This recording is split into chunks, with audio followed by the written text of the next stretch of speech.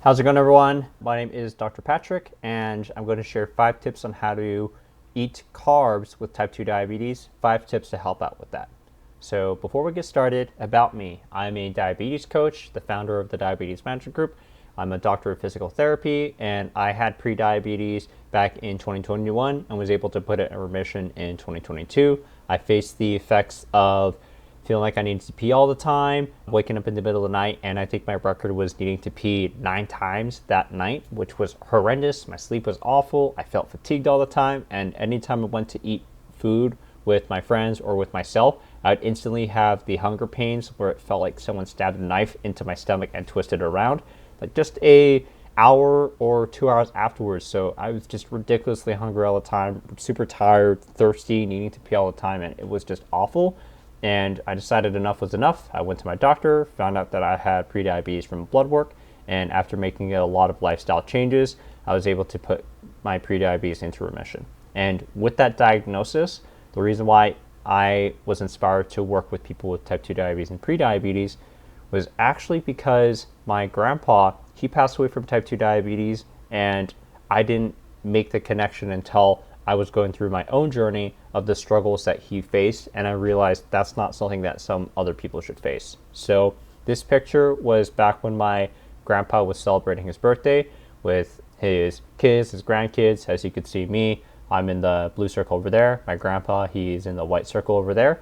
He was trying to enjoy his birthday, and then we surprised him with his strawberry cream cake, and it really upset him because he wanted to eat his favorite cake, but he was terrified that it was going to cause a disaster to his blood sugars, and it caused him to get to the point where he would see every single one of the people that he loved eat his favorite cake, but he was the only one that didn't eat it because he's fearful that it would just cause his symptoms to be a lot worse. And ultimately, with his fate, he unfortunately passed away from kidney failure from his type 2 diabetes and the consequences of it. So I make it my passion to help other people know that they can have the foods that they love by pairing it with other forms of physical activity and other tips to manage their type 2 diabetes and prediabetes through a scientific approach to put it into remission and focus on their health and longevity. So let's get started with tip number 1. Before we can learn how to enjoy the carbs, we got to understand how the blood sugars work and what the trends are. So whenever we eat food, whether it is a carb, a fat, a protein, a mixture of all of them, which most things are a mixture of all of them, they are digested into the stomach, they move to our small intestines, and it moves to our blood because our intestines absorbs all those nutrients, and it causes the blood sugars to go up, and it will then cause our body to release insulin from our pancreas in order to help move those blood sugars into our muscles and our organs to be used up as energy, causing the blood sugars to go down. Exercise, by stimulating the muscles, that actually can help move the blood sugars into the muscles without needing to use insulin, and it also helps insulin become a lot more sensitive, so it doesn't take as much insulin to help lower those blood sugars as effectively.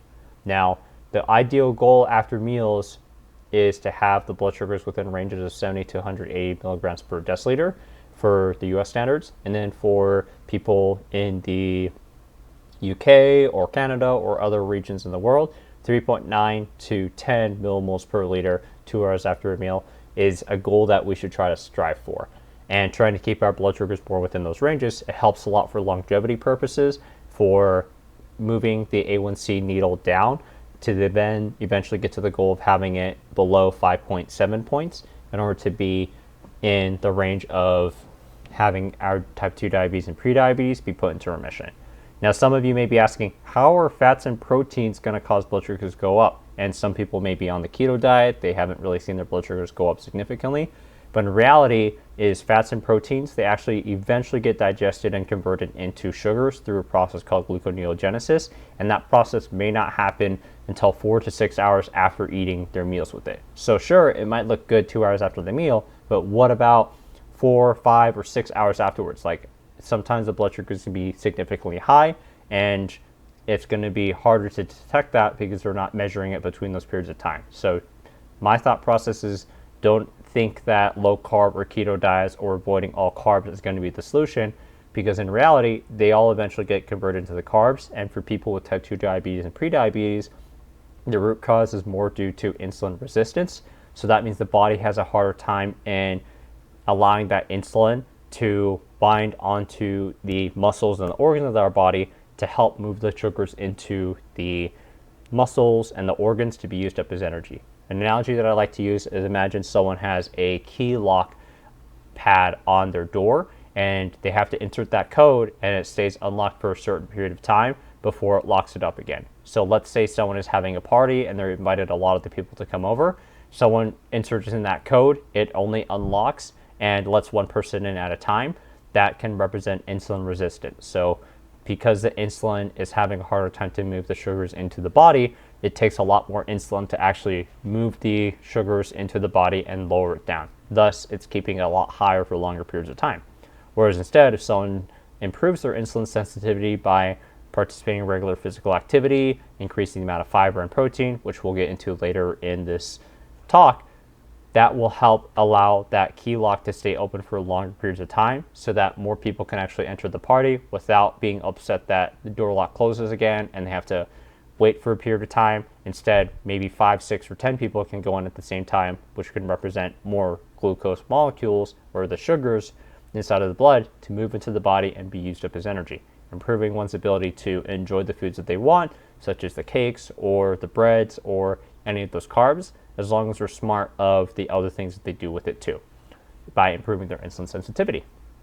So now we are going down to the second tip, reading a nutrition label. So by understanding what a nutrition label is talking about and the ingredient list, that'll help someone's ability to better understand how the different ingredients and the percentage of it is going to impact the blood sugars. So by going down, here is a sample nutrition label for frozen lasagna.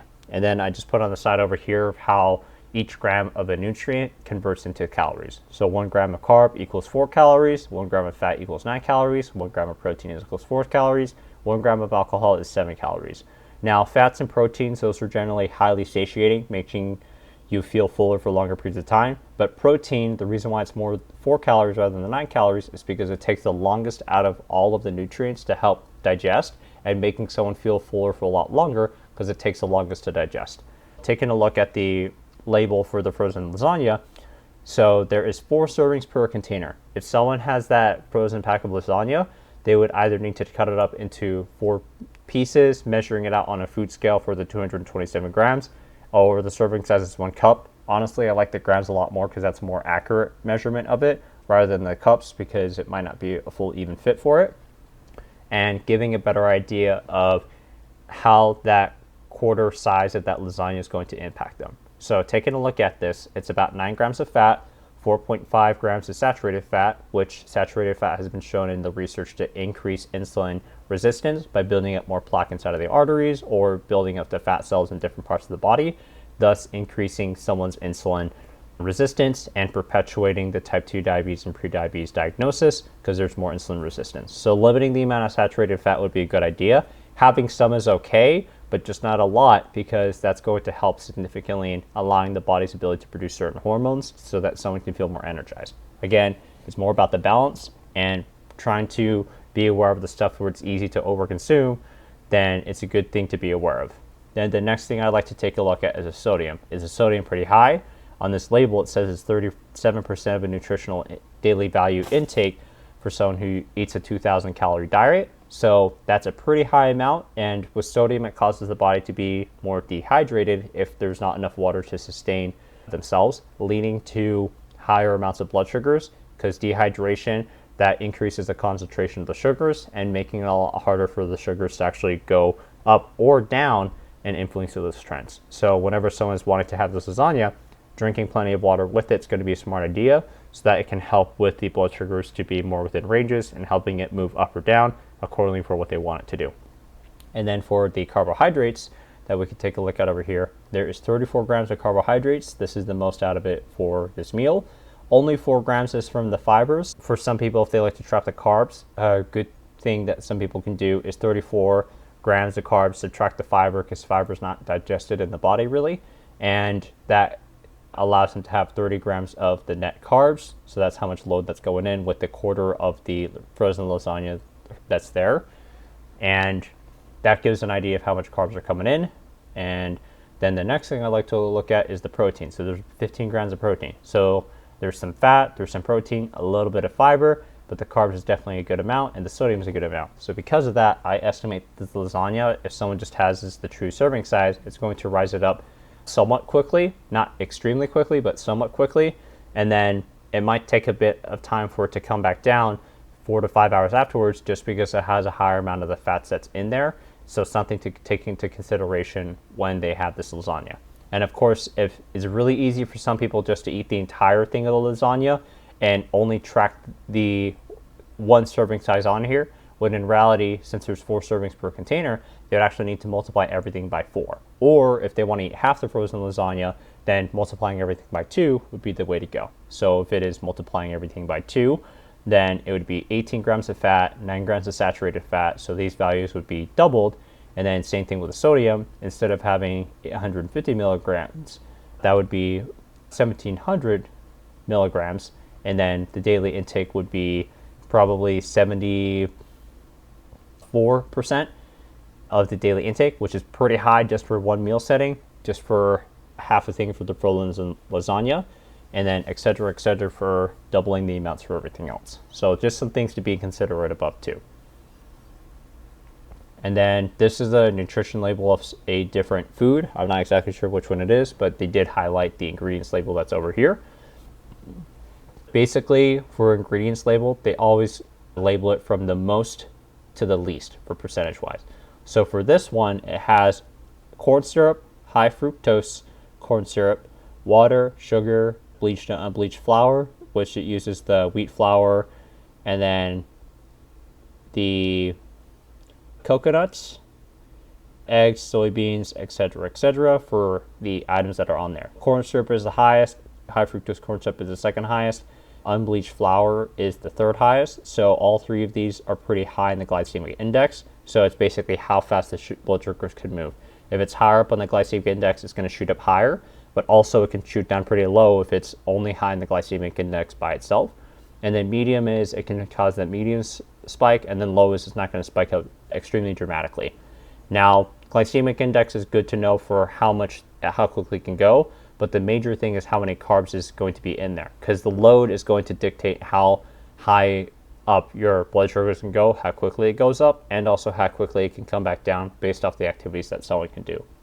So taking a look at this ingredient label, we can see that if they have 1 serving size of this, it would be 6 grams of fat, it would be 38 grams of carbs with only 2 grams of fiber, 22 grams of sugars, and then 2 grams of protein. Taking a look at this, like not that much fat, not a whole lot of proteins, but then for the amount of carbs, they have 38 grams, subtract that by 2 to get the net, so it's about 36 grams of carbs. So that's a lot of carbohydrates going in, so someone can predict that with this food, it's going to cause the blood sugars to go up really quickly and have some delayed effects hours later because of the fat content that's in there too.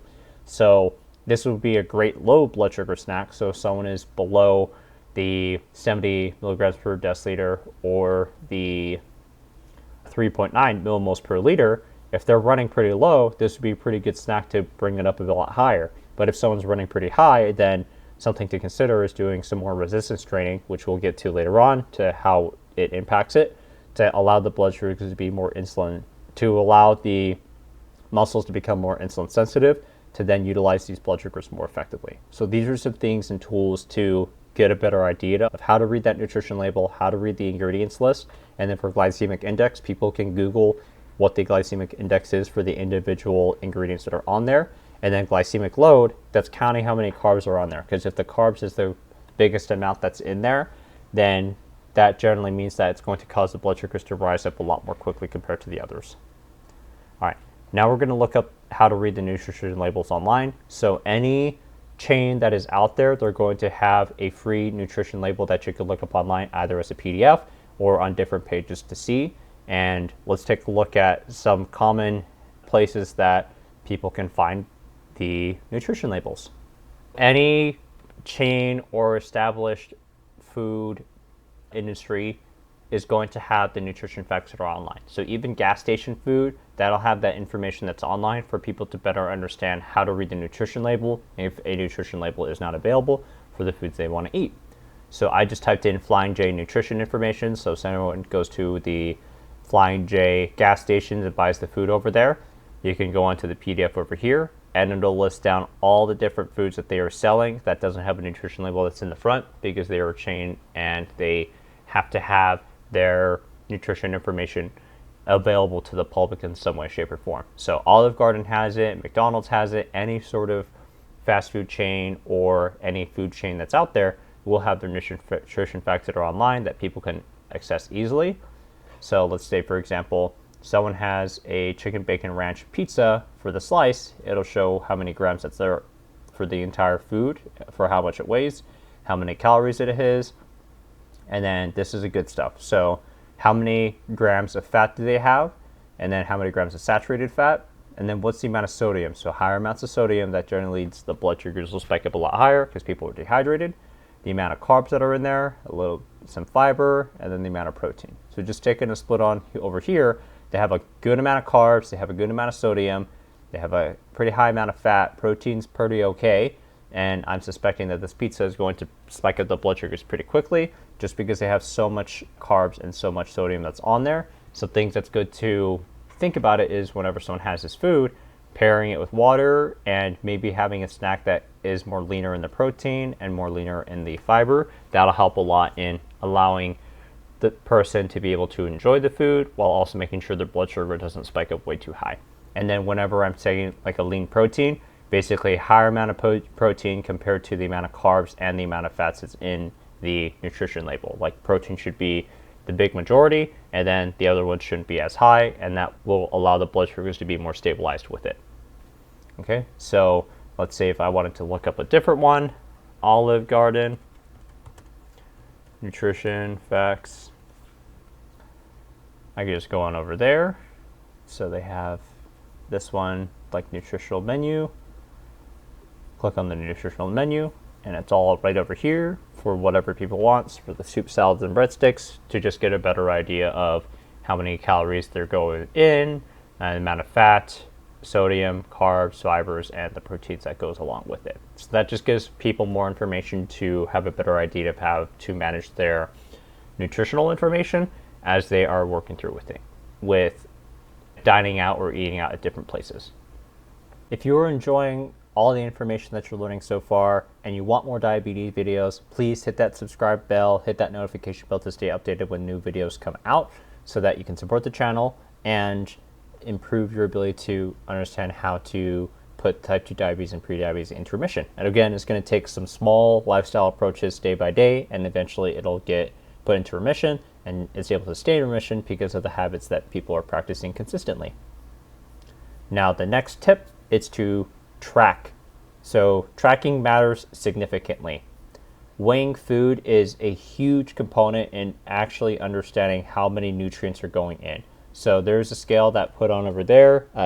It can zero out whenever someone places a bowl in there in case if they're making their own meals to better understand the food that's going in. So if someone's deciding to have a snack, put a bowl on there, zero out the scale, put the food that's in there to weigh out the grams. And then the grams, it'll help someone figure out how many calories are going in. So taking a look at that nutrition box, if they figure out that serving size is 227 grams for that frozen lasagna, they put a plate, they zero it out, they put the frozen lasagna that's on there to equal about 227 grams. And once they have it, they can microwave it and they can eat it and consume it there, and they know they're exactly getting one serving size. Or if they want maybe 500 grams, they could split that apart, calculate it on the fitness tracking app that they're having 500 grams of the nutrition, and it auto calculates the macronutrients, so the fats, the carbs, the protein, and gives a person a better idea of how many calories are going in, how much carbs are going in, protein and fats, and a better idea of how their blood sugars will be impacted by it. So by weighing the food, that helps with understanding how things are going to be absorbed in your body. There is a link in the description to get a food scale that measures to a decimal of a gram, so it can improve with accuracy of tracking the foods. It's a good way to support the channel. I'm an Amazon affiliate, so the portion of those earnings gets sent towards supporting this channel. Or you could search for it on your own and compare different ones that are out there and invest into a food scale that way to support your health and nutritional goals. Other tracking things that can be utilized is online food tracking apps such as MyFitnessPal and Chronometer. Those are two free ones. I think there's a few other ones that are out there that you can compare to see which ones can help support your goals in tracking the carbs, the fats, the proteins, the fiber, and reaching your nutritional goals and putting type 2 diabetes and prediabetes into remission. And the consistency of tracking is going to be vital so someone can have a better job of tracking and measuring things. And if someone isn't measuring things, it's hard to figure out where the blood sugars are going at, and it makes things more unpredictable. And with the food tracking apps, it can also have the nutrition information for the restaurants that are out there for regular serving sizes that they have with the meals that they provide for the people that's out there.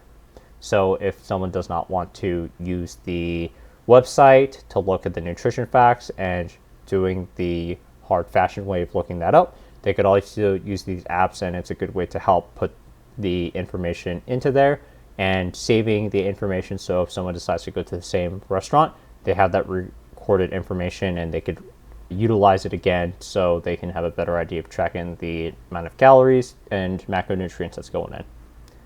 All right, tip number 4, what to pair carbs with so that the blood sugars have a blunted spike where the spike doesn't get up as high, and make it more effective so someone can have the foods that they want, whether that is the pizza, the cake, or any simple carbs that generally would spike the blood sugars up, instead pairing it with these two other big nutrients so that it's more blunted. So the best nutrients that can be utilized would be protein, a gram of protein per gram of body weight. That's a good way to get the amount of protein to blunt and delay how high the thing spikes.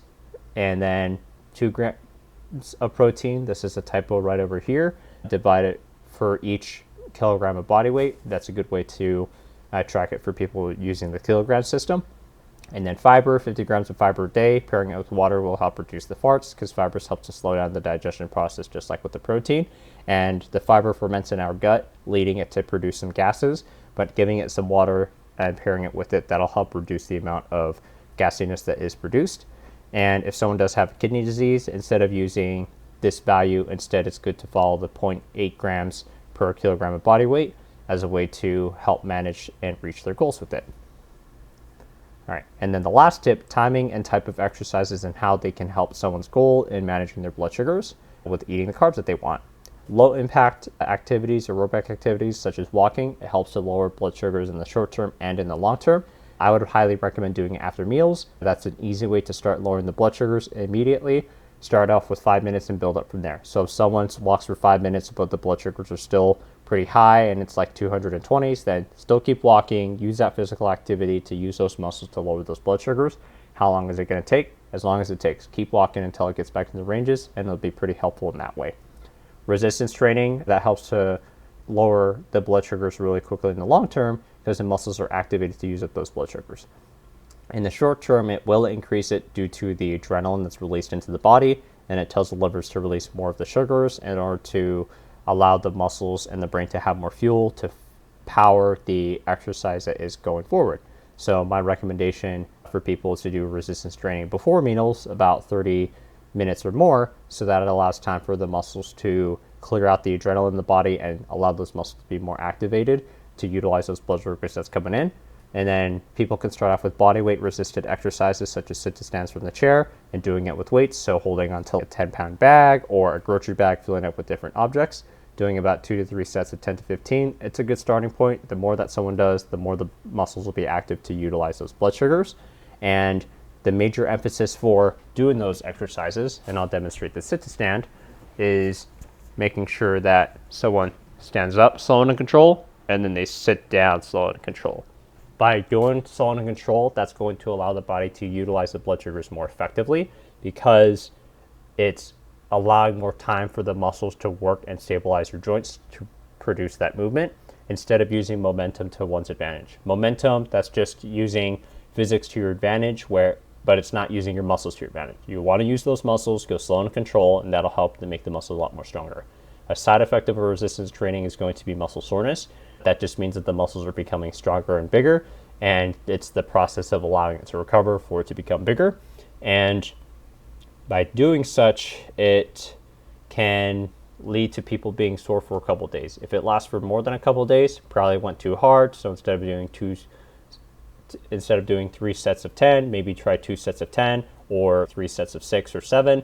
Those are just small building blocks to start building up the resistance exercise, the slow and control factor, to make the body more insulin sensitive and allowing someone's ability to eat the foods that are out there. Combining the two together, resistance training plus the low impact walking, that's a great way to help get those blood sugars back into the ranges after eating a cake or some pizza or other foods that are out there that people like through physical activity, and lowering the amount of insulin that they may utilize if someone is on insulin medications and such. Anyways, I hope you all enjoyed this presentation of different ways that someone can improve their ability to eat carbohydrates or eating the sugars. And if you find this interesting, please subscribe to the channel, hit that notification bell for updates that are coming on. Please share this video with anyone you think it'd be helpful for, and comment down below about your thoughts of the video, any learning points that you had, anything that you might disagree with, and I'd love to interact with you all in the comments. Please leave it below, and let's keep having conversations so that we can help people put their type 2 diabetes and prediabetes into remission. All right, thank you all so much, and see you in the next video.